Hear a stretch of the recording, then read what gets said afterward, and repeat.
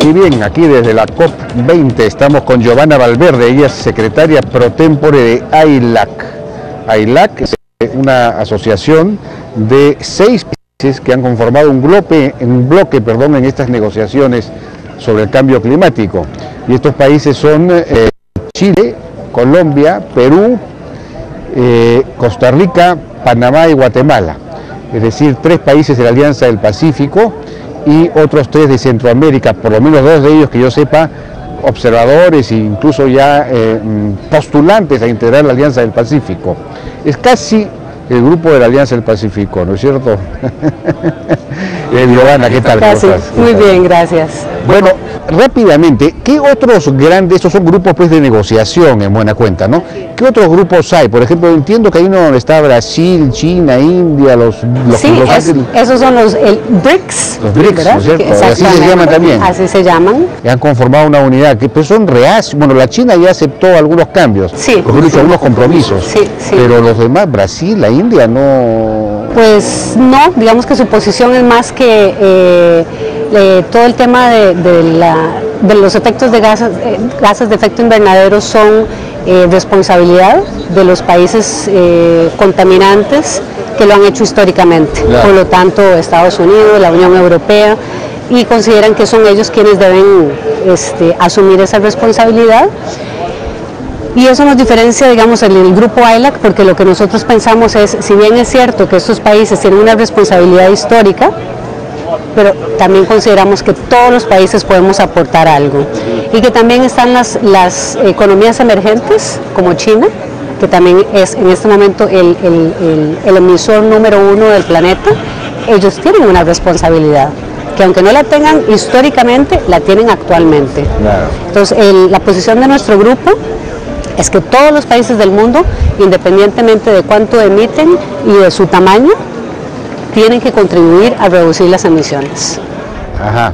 Bueno, pero de hecho la China ya se ha comprometido a llegar a un pico en el año 2030, según lo cierto, y luego ya bajar. Así es. Lo que ya es algo importante. Así es, claro, es importante. Ahora lo que esperamos es tal vez un poco de claridad de cómo piensa hacerlo, claro. Pero bueno, yo creo que eso es algo que ellos probablemente anunciarán en las próximas. Creo que también el anuncio que hizo Estados Unidos sobre reducir sus emisiones entre un 26 y 28% al año 2025 también es sumamente importante. Pero como le comentaba, en realidad, si bien la suma de las emisiones entre China y Estados Unidos es importante, también quedan otros países como la India, el mismo Brasil, o sea, hay otros países grandes que tienen que ser parte de este acuerdo que estamos negociando ahora, con el objetivo de que sea un acuerdo vinculante para todas las partes. ¿Tú crees que se va a llegar a algún acuerdo? Digamos, hay voluntad política de llegar a alguna clase. El problema es que, claro, cada país tiene va a hacer sus propios compromisos, sus propias contribuciones, que llaman ahora, ¿no es cierto? Así es. Pero todos los van a hacer, es decir, se va a alcanzar una calidad, una cantidad de contribuciones suficiente para garantizar que no vamos a llegar al calentamiento de 2 grados en el año 2050, ¿o no? Bueno, esa es la fe. Y para eso nos estamos matando aquí en las negociaciones. Lo que estamos, por ejemplo, discutiendo precisamente el día de hoy y toda la semana entrante es lo que se llama UFI, que es el Upfront Information, o bien, la información que cada país va a presentar el próximo semestre con sus contribuciones nacionalmente determinadas. ¿Por qué es importante?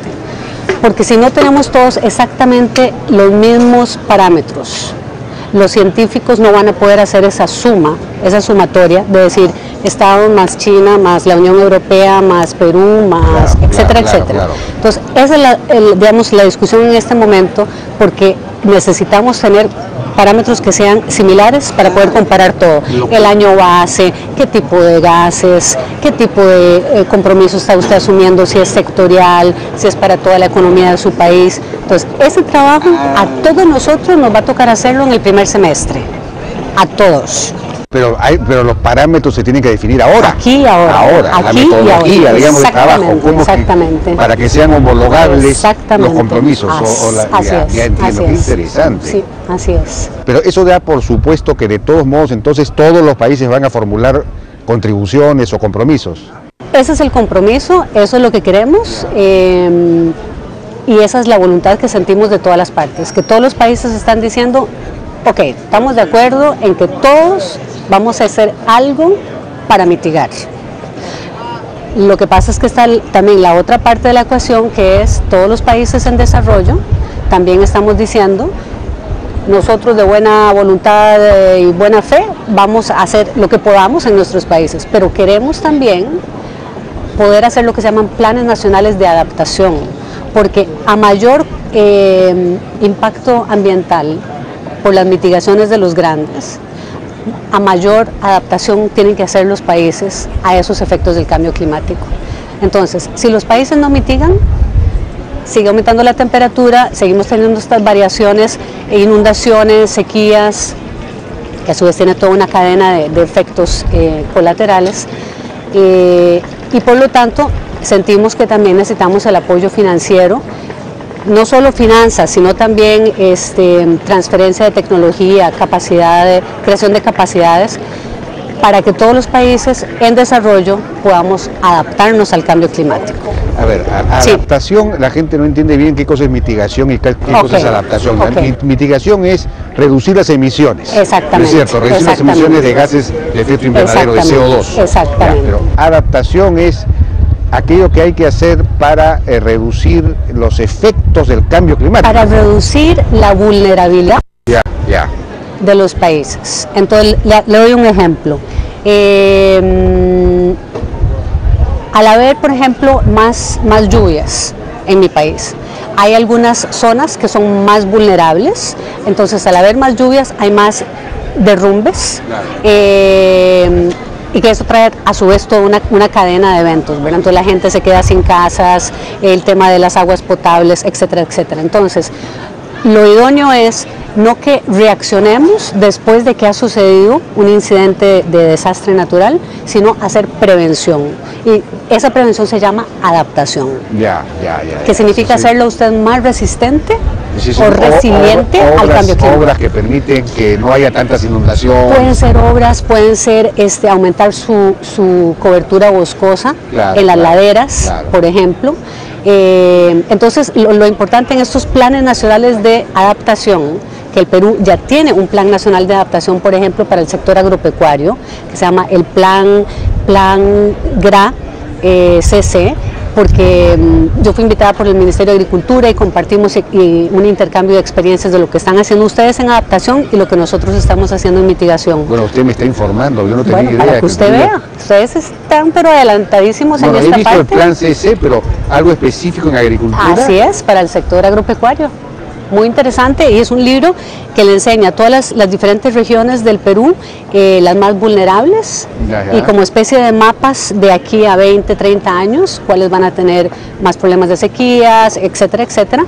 Y entonces, teniendo usted ese panorama de qué es lo que va a pasar probablemente, usted se va a ir adaptando y lo hace a través de un plan nacional de adaptación. Bueno, sí, he estado tratando de invitar al ministro de Agricultura y no logro que venga al programa, está muy ocupado, debe estar seguramente adaptándose. Probablemente, pero usted sabe que hay todo un mundo aquí de eventos paralelos y que va a haber, bueno, hay como 150 eventos paralelos, pero por ejemplo hay uno que ustedes van a hablar sobre eso y viene mi viceministra de Agricultura para participar como panelista y también mi ministro de Agricultura. Claro, bueno, se supone que por ejemplo que en la costa va a haber menos agua y entonces hay que forestar todas las cuencas altas, hay que hacer, no sé, zanjas de infiltración, hay que hacer estas cosas. Se van a deshielar los glaciares, entonces hay que hacer las zonas artificiales, hay que hacer... Así es, las zonas costeras se van a elevar, entonces por ejemplo en mi país ya sabemos que de aquí al 2025 una zona que es una franja como de 10 kilómetros con una población bastante elevada, se va a inundar, va a quedar completamente cubierto por el mar, ya lo sabemos. Entonces esas son decisiones que los gobiernos tienen que tomar qué hacer. ¿Dejamos que se inunde completamente y significa trasladar a toda la población a otro sitio? o decir, no, bueno, voy a invertir en algún tipo de barrera para que el agua no llegue. Entonces, son decisiones importantes. Chile está haciendo un plan nacional de adaptación muy interesante también, México también, y pues un poco en este mundo de las negociaciones está quizás, digamos, la parte política de lograr negociar, llegar a tener estos acuerdos, pero también hay todo un mundo que para mí es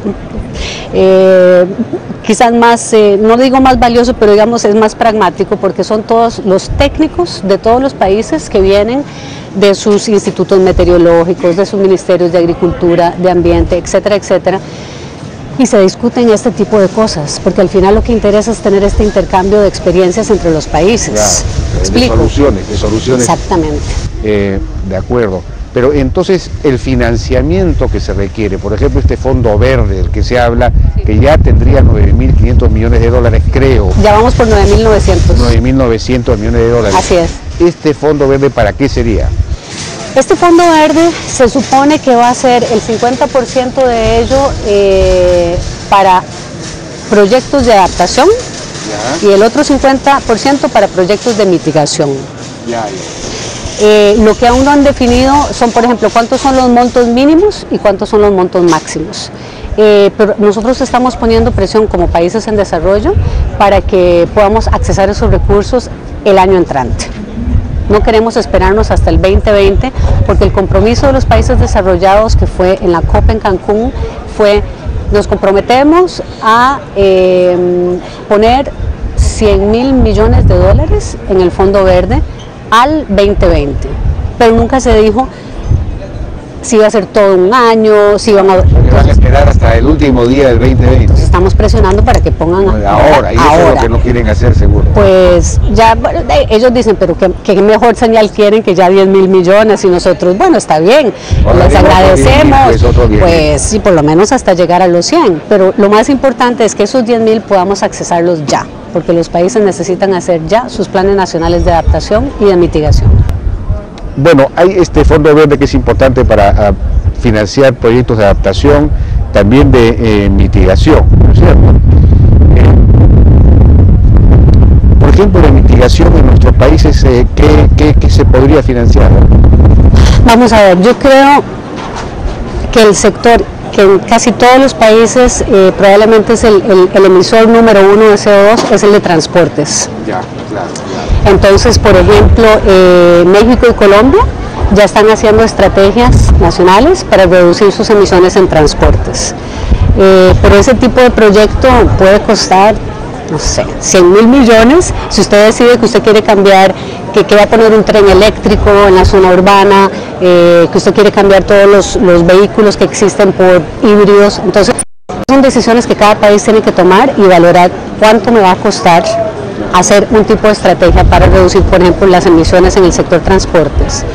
En mi país, por ejemplo, el 40% de las emisiones vienen de transportes, el 38% vienen del sector agropecuario, y de ese 38%, el 82% viene del sector ganadero, porque las vacas emiten metano, y el metano es 30 veces más fuerte y poderoso que el CO2.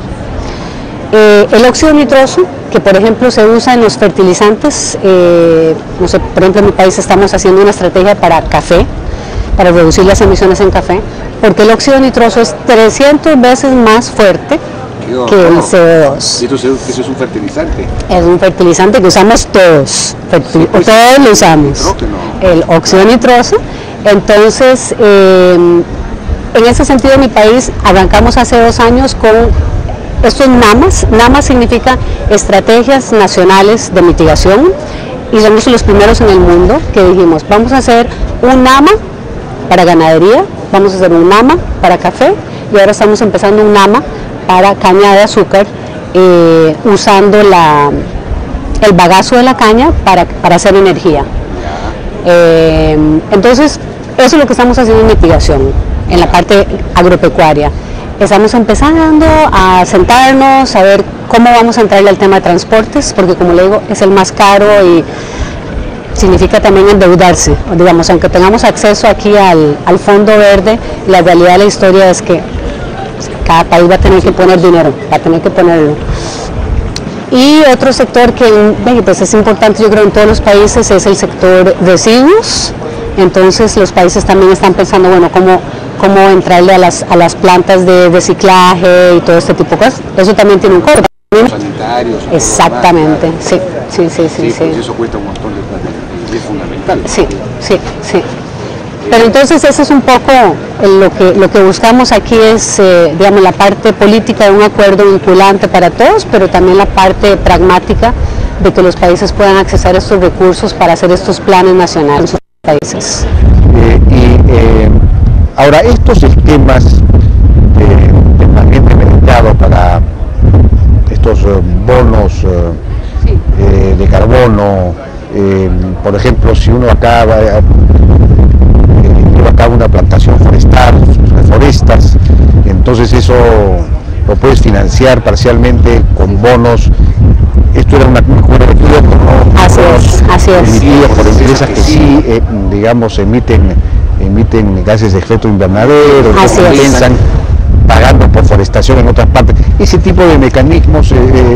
Mire, en realidad, como idea y como concepto, era interesante, era válido, se llama el mecanismo de desarrollo limpio.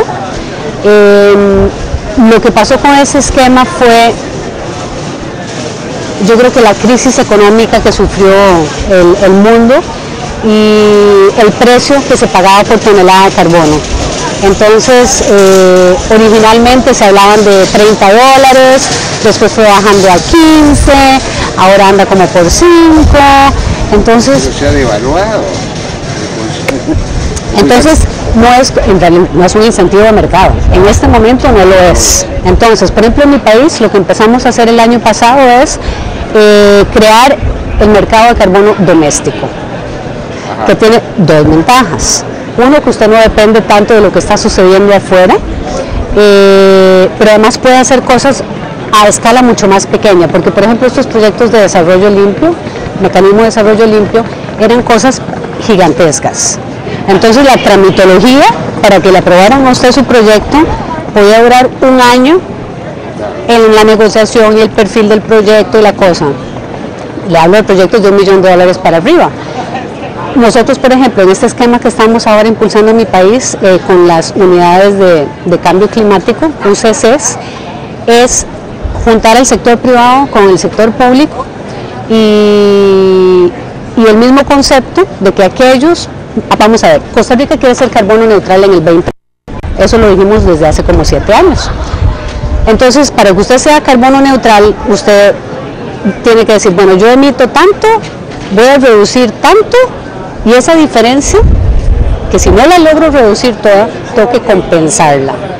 Entonces, lo que estamos haciendo es incentivar a todo el sector privado y al sector público para que se certifiquen como carbono neutro.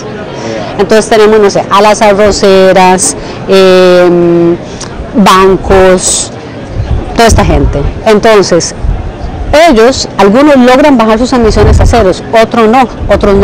Los que no, dicen, bueno, yo voy a compensar lo que a mí me falta y yo voy a poner esta plata en este fondo nacional de carbono. Y ese dinero, por ejemplo, hicimos todo un esquema con, por ejemplo, los productores de café, que si ellos siembran árboles en sus fincas de café, porque además ya se sabe que el café de sombra tiene muchas más ventajas y bueno, una serie de cosas, se les paga por ello. $70 por hectárea, pero se tienen que comprometer a sembrar por lo menos 10 árboles que tienen que ser de variedades autóctonas del país y de la zona. Entonces más o menos eso es... ¿Por qué tienen que ser autóctonas? No, es pragmatismo, porque por ejemplo cuando usted ve eucaliptus en todas partes, porque yo creo que eso fue como una moda que pasó en toda América Latina y pues no. Secan el piso. Bueno, yo que estuve en Machu Picchu el año pasado, me acuerdo, y subiendo, y yo sé, pero ¿qué son todos estos eucaliptus por acá? Mi país también, pero ahora decidimos que no, y todos nos los hemos... La rebelión contra los eucaliptus.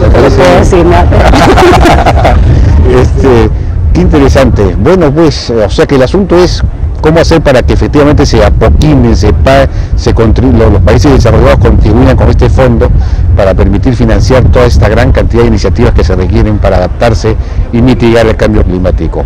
Bueno, y AILAC, que es este grupo, tiene posiciones comunes en todas estas cosas. Sí, señor. Eso es lo que nos une como grupo, exactamente. Bien, pero también hay el grupo del ALBA, ¿no? Que estarán proponiendo. El otro día había una Venezuela exigiendo que se reduzcan las emisiones y ellos tienen un subsidio al petróleo interno, es decir, emiten más que cualquiera por habitante, me imagino, porque el petróleo está regalado, es decir, la gasolina y los combustibles, ¿no? Y ellos hacia afuera, sin embargo, exigen que haya una reducción de emisiones. Bueno, en fin, así son las cosas. Acá la diplomática no va a opinar sobre el tema.